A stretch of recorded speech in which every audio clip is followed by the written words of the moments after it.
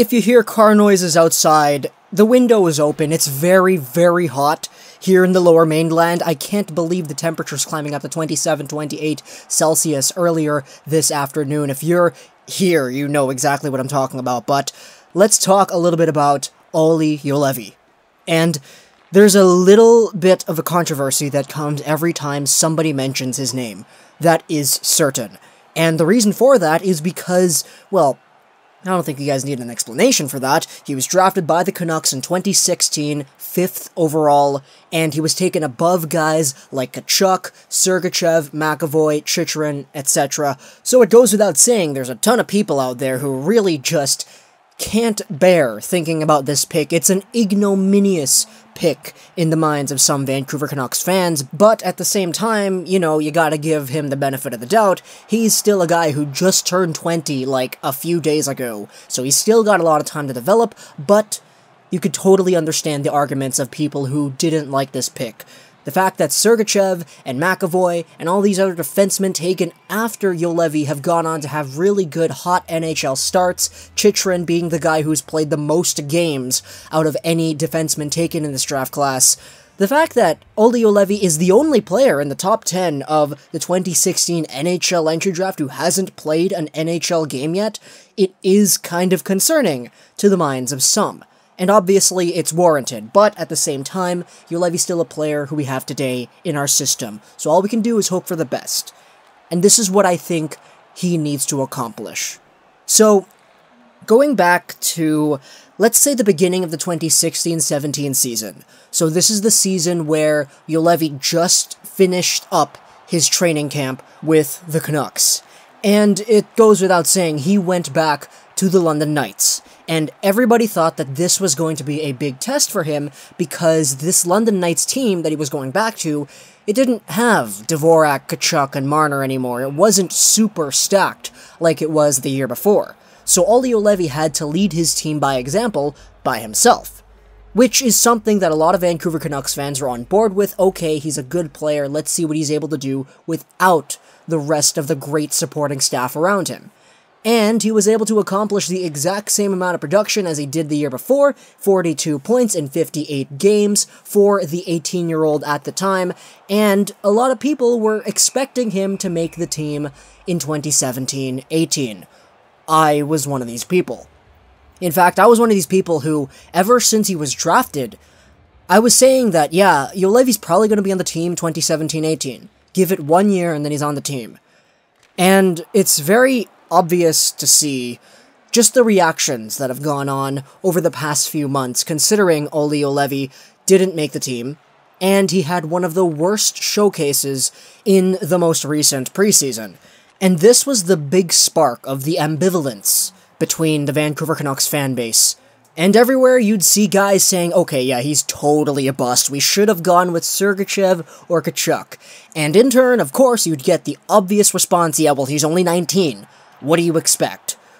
And there's a lot of debate going on whether or not Olli Juolevi is a bust. I said it in a video a long time ago. He is not a bust, and I still strictly believe that. But it's obvious to see why there's concern here. So, Olli Juolevi is a player who was touted to be the best defenseman of the 2016 draft heading into the draft, arguably the best defenseman of that draft. And when the Vancouver Canucks took him, a lot of people were kind of pissed off we didn't take Tkachuk, but at the same time, we were like, okay, we got the best defenseman in the draft. Things should be good. Fast forward 2 years later, and he hasn't played a single game. Other guys like Chychrun are at 100+ games played in the NHL for defensemen, so things are kind of weird. But Olli Juolevi didn't make the Vancouver Canucks because he simply wasn't ready. And this is why he spent his season not with the AHL, not with the Utica Comets, but over there back in Turku, in Finland. And I believe that this was one of the best decisions he could have decided for himself in terms of his development. If Olli Juolevi forced his way onto the NHL roster this past season, which, let's face it, after his poor showing in the preseason, he didn't have a chance to, if he did, he would have wasted the year on his development just as Jake Virtanen and then Jared McCann did in the Willie Desjardins years. Olli Juolevi should not have been rushed under any circumstances, and I truly appreciate the fact that he wasn't rushed. And of course, I still understand the displeasure around him not being a guy capable of playing at the NHL level yet. But I want to take a look at things rationally, and propose 2 scenarios for Olli Juolevi next year. So, there's one scenario that Juolevi has wherein he makes the Vancouver Canucks, and there's another one wherein he doesn't. He goes back to Turku, he goes back to Utica, one of the two. If Olli Juolevi doesn't make the Canucks next season, then whatever league he goes to, he has to dominate. That's the expectation for me here. This wasn't labeled an expectations for video. This is me saying that Olli Juolevi, if he wants to maintain his status as a potential top 4, top 2 quote-unquote defenseman in the NHL, he needs to step his game up. That's if he doesn't make the Canucks. If he does make the Vancouver Canucks, I would expect a season similar to that of Ben Hutton's rookie season. Hutton was the hot new rookie coming in. He had all the confidence in the world. And Olli Juolevi is a player who, I believe, really does need that. Confidence. You saw it in the preseason last season. He just wasn't there mentally. And a lot of people kind of harped on him on that. On media, social media, people were talking about, yep, it was a total mistake, we shouldn't have drafted him. And obviously it doesn't feel good to say that about the player that a lot of people had faith in back when he was drafted in 2016. But of course, there are some things that Vancouver Canucks fans will just have to accept. Yes, sure. Right now, today, Sergachev was the better pick. Tkachuk was the better pick. Chychrun was the better pick. McAvoy was the better pick. But we have Juolevi now. And all we can do is hope for the best. So, if we look forward, we need to take a look and say, okay, what is it that he's capable of? Because last season, I said that Olli Juolevi was going to make the team this season for 17-18. And obviously, he didn't. He didn't look like he was ready to make this league, so he spent a year in TPS, developing with Petrus Palmu, Sami Salo. He was one of the better defensemen on his team at the end of the season in the playoffs. And obviously, that's something that a lot of people would really be excited for, but then there's also the idea that Olli Juolevi didn't get selected for the World Championships team, nor the Olympic team, and especially for the World Championships, that defensive core for Finland isn't really the strongest anyway, so a lot of people are having even more doubts because of that. But Olli Juolevi has never really been a player who's had a really straight line to success. Obviously, when he was drafted, he was playing with a stacked team. Tkachuk, Dvorak, Marner, that was incredible. In his next season, he had to power through all his teammates leaving because they were all gone, and he was still able to produce at the same rate. And coming into the Vancouver Canucks training camp at the preseason, he was terrible. And that was another setback for him. So, what could we expect for Olli Juolevi next season? As I said, if he's not in the NHL, I want him to dominate. If he doesn't make the NHL, and if he's not a top 4, top 2, really solid, capable defenseman outside of the NHL, whether that be the Liga, the AHL, or any other team, I think that would be the ultimate catalyst for Olli Juolevi to be defined by most as a bust. Now, I don't want to say that, I really don't. One of my earlier hockey videos back for 17-18 was, Olli Juolevi is not a bust.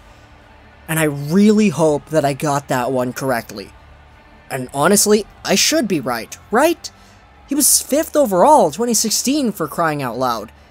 He should be at least a serviceable top 4. I think, looking at Olli Juolevi today, it's not obvious that he's going to be a solid NHLer, because a lot of people take a look at his preseason and his path to the NHL and say, yep, he's a bust, especially compared to Sergachev and McAvoy, but players do take different times to develop. It's just that the Vancouver Canucks in the 2016 draft happened to choose the one who would take the most time out of the top, let's say 12 or 13, I believe.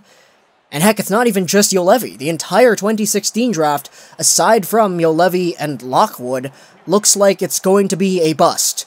Which, oh my goodness, what a great draft that was.